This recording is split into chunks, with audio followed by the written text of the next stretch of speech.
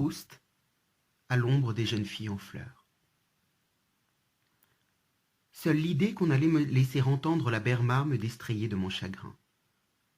Mais de même que je ne souhaitais voir des tempêtes que sur les côtes, où elles étaient les plus violentes, de même, je n'aurais jamais voulu entendre la grande actrice que dans un de ses rôles classiques, où Swann m'avait dit qu'elle touchait au sublime.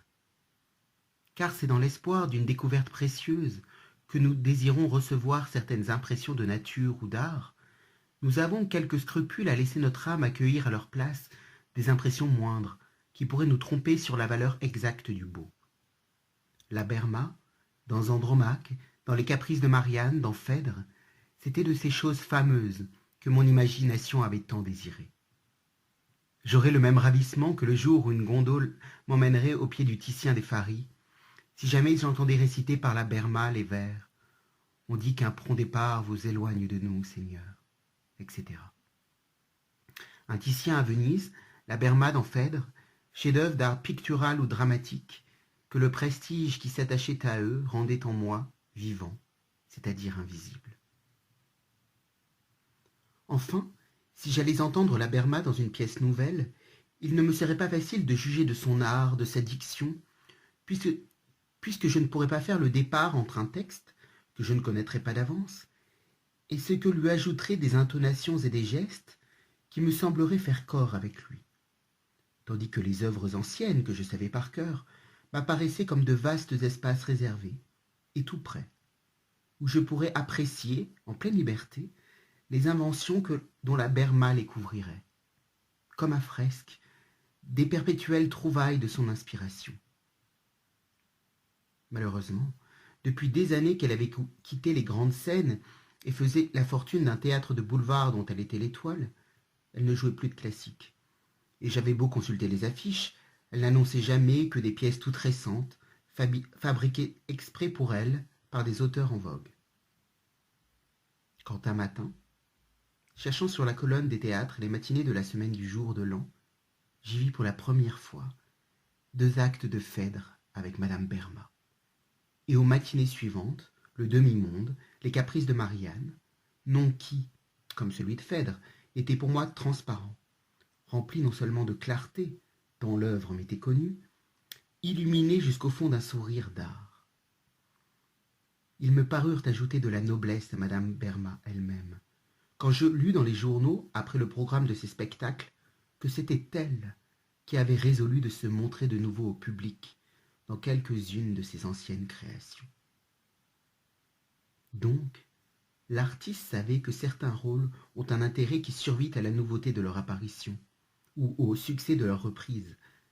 Elle les considérait, interprétés par elle, comme des chefs-d'œuvre de musée, qu'il pouvait être instructif de remettre sous les yeux de la génération qui l'y avait admirée, ou de celle qui ne l'y avait pas vue.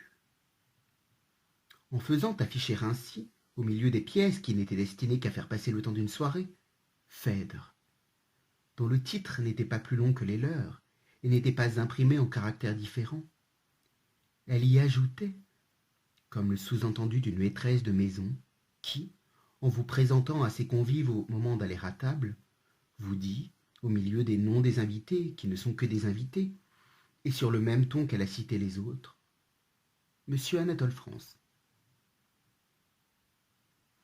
Le médecin qui me soignait, celui qui m'avait défendu tout voyage, déconseilla à mes parents de me laisser aller au théâtre. J'en reviendrai malade, pour longtemps peut-être, et j'aurai en fin de compte plus de souffrance que de plaisir. Mais ce que je demandais à cette matinée, c'était tout autre qu'un plaisir. Des vérités, appartenant à un monde plus réel que celui où je vivais, et desquelles l'acquisition une fois faite ne pourrait pas m'être enlevée par des incidents insignifiants, fussent-ils douloureux à mon corps, de mon oiseuse existence. Tout au plus, le plaisir que j'aurais pendant le spectacle m'apparaissait-il comme la forme peut-être nécessaire de la perception de ces vérités. J'implorais mes parents, qui depuis la visite du médecin ne voulaient plus me permettre d'aller à Phèdre. Je me récitais sans cesse la tirade. On dit qu'un prompt départ vous éloigne de nous, cherchant toutes les intonations qu'on pouvait y mettre. afin de mieux mesurer l'inattendu de celle que la Berma trouverait. Cachée comme le saint des saints sous le rideau qui me la dérobait, la divine beauté que devait me révéler le jeu de la Berma, nuit et jour, sur un autel perpétuellement allumé, trônait au fond de mon esprit, dont mes parents sévères et légers allaient décider s'il enfermerait ou non, et pour jamais, les perfections de la déesse dévoilée, à cette même place où se dressait sa forme invisible. Et les yeux fixés sur l'image inconcevable, je luttais du matin au soir contre les obstacles que ma famille m'opposait. Mais quand ils furent tombés, quand ma mère m'eut dit « Eh bien, nous ne voulons pas te chagriner. Si tu crois que tu auras tant de plaisir, il faut y aller. » Quand cette journée de théâtre, jusque-là défendue, ne dépendit plus que de moi, alors, pour la première fois, n'ayant plus à me couper qu'elle cessa d'être impossible, je me demandais si elle était souhaitable, si d'autres raisons que la défense de mes parents n'auraient pas dû m'y faire renoncer. D'abord, après avoir détesté leur cruauté, leur consentement me les rendait si chers que l'idée de leur faire de la peine m'en causait à moi-même une. « J'aimerais mieux ne pas y aller si cela doit vous affliger, » dis-je à maman, qui au contraire s'efforçait de m'ôter cette arrière-pensée qu'elle pût en être triste, laquelle, disait-elle, gâterait ce plaisir que j'aurais à Phèdre, et en considération duquel elle et mon père étaient revenus sur leur défense. Mais alors cette sorte d'obligation d'avoir du plaisir me semblait bien lourde. À toutes ces raisons je confrontais, pour décider ce qui devait l'emporter, l'idée, invisible derrière son voile, de la perfection de la Berma.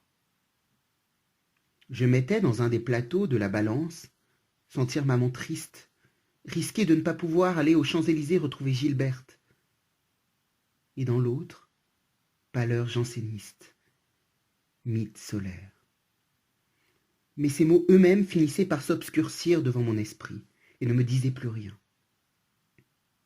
Perdait tout poids, et peu à peu mes hésitations devenaient extrêmement douloureuses. Mais brusquement, tout fut changé. Mon désir d'aller entendre la Berma reçut un coup de fouet nouveau qui me permit d'attendre, dans l'impatience et dans la joie, cette matinée. Étant allé faire devant la colonne des théâtres ma station quotidienne, depuis peu si cruelle, de stylite, j'avais vu, tout humide encore, l'affiche détaillée de Phèdre qu'on venait de coller pour la première fois, où à vrai dire les restes de la distribution ne m'apportaient aucun intérêt qui pût me décider. Mais elle donnait à l'un des buts entre lesquels oscillait mon indécision une forme plus concrète. Et comme l'affiche était datée non du jour où je la lisais, mais de celui où la représentation aurait lieu, de l'heure même du lever de rideau, une forme presque imminente, déjà en voie de réalisation, si bien que je sautai de joie devant la colonne en pensant que ce jour-là, exactement à cette heure, je serais prêt à entendre la Berma, assise à ma place. Et de peur que mes parents n'eussent plus le temps d'en trouver deux bonnes pour ma grand-mère et pour moi, je ne fis qu'un bond jusqu'à la maison, sanglais que j'étais par ces mots magiques qui avaient remplacé dans mon esprit pâleur janséniste et mythe solaire. Les dames ne seront pas reçues à l'orchestre en chapeau. Les portes seront fermées à 2 heures.